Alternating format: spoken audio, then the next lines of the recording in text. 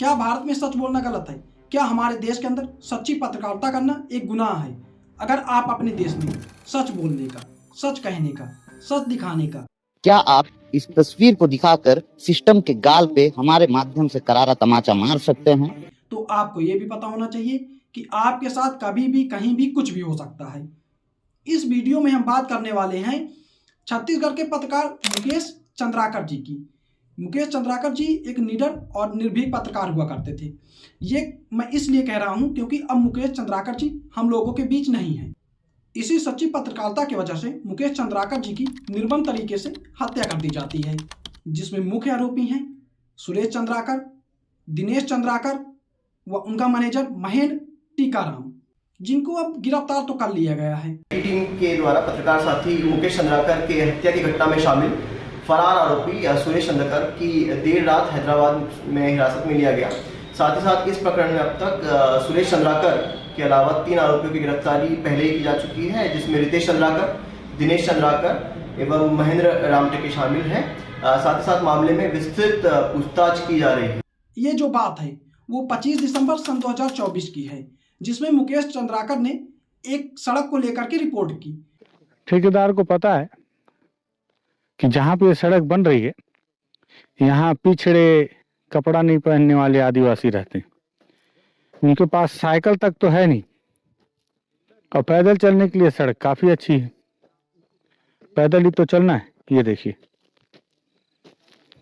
ये है सड़क। उसमें उन्होंने दिखाया कि ये जो सड़क है उसमें किस तरह से गड्ढे हैं, क्योंकि ये जो सड़क होती है वो छोटी रकम से नहीं बनी होती है, 120 करोड़ रुपए की लागत से बनाई गई होती है। इस सड़क में जो खामियां थी उसको दिखाने का मुकेश चंद्राकर के द्वारा काम किया जाता है। अब ये जो काम था वो वहाँ के जो ठेकेदार थे सुरेश चंद्राकर जी, उनको नहीं पसंद आता है। अब ये काम उसको नहीं पसंद आता है।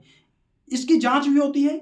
वहाँ के जो तत्कालीन डीएम होते हैं उनके द्वारा सुरेश चंद्राकर से कहा जाता है कि अगर इसमें खामियां पाई गई तो फिर मैं आपका बजट पास नहीं होने दूंगा और आपको दोबारा अपने पैसे से इस सड़क को बनवाना होगा। ये जो बातें थी वो सुरेश चंद्राकर को नहीं पसंद आती हैं। इसके बाद वो मुकेश चंद्राकर के ऊपर काफ़ी दबाव बनाते हैं और उनसे मिलने का टाइम मांगते हैं। पहले तो मुकेश चंद्राकर की तरफ से मना किया जाता है, लेकिन बाद में किसी तरह से सहमति बनती है और फिर मुकेश चंद्राकर को सुरेश चंद्राकर के घर में मिलने के लिए बुलाया जाता है। 1 जनवरी 2025 को मुकेश चंद्राकर को सीसीटीवी कैमरे में रात के 8 बजे सुरेश चंद्राकर के घर के पास देखा जाता है। उसके बाद से उनका कोई पता नहीं चलता है, जिसको लेकर के उनकी फैमिली के द्वारा एक FIR दर्ज करवाई जाती है।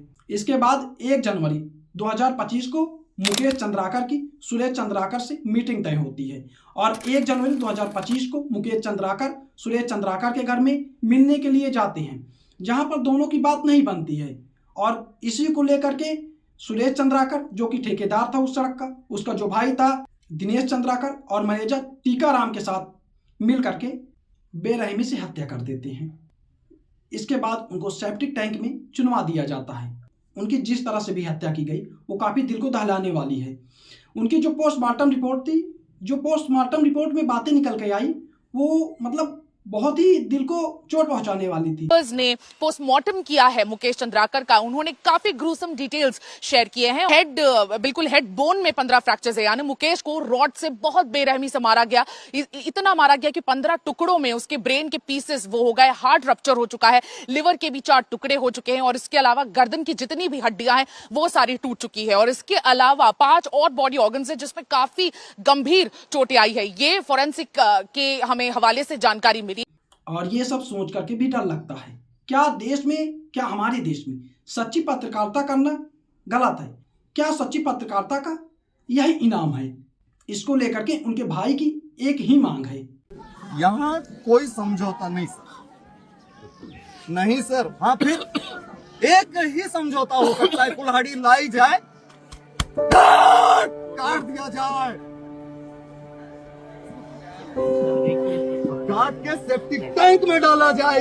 इस मेरे कलेजे का टुकड़ा है,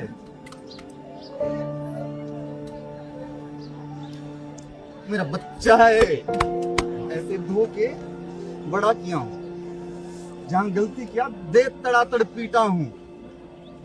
कैमरा चलाना सिखाया हूं, कैमरा फेस करना सिखाया हूं, बोलना सिखाया हूं। उसने जो कार्य किए हैं ना, पूरी दुनिया गवाह। अब सवाल यही है कि क्या मुकेश चंद्राकर जी को इंसाफ मिलेगा, क्योंकि हमारे देश के अंदर लोगों को भूलने की बहुत बड़ी बीमारी है। जो सरकारें हैं वो एक दूसरे के ऊपर आरोप लगा रही हैं। सरकारों का आरोप लगाना कहाँ तक सही है ये आप बताइए, लेकिन क्या सरकारों को यहाँ आरोप लगाना चाहिए? कोई किसी भी पार्टी का है, इम्पोर्टेंट ये नहीं है। अगर वो गुनाहगार है तो उसे सजा मिलनी चाहिए, इम्पोर्टेंट ये है। मैं सरकार से यही कहना चाहूँगा कि मुकेश चंद्राकर जी के हत्यारों को कठोर से कठोर सजा मिलनी चाहिए। इस न्याय की लड़ाई में आप लोग क्या कहना चाहेंगे? कमेंट सेक्शन में जरूर बताएं।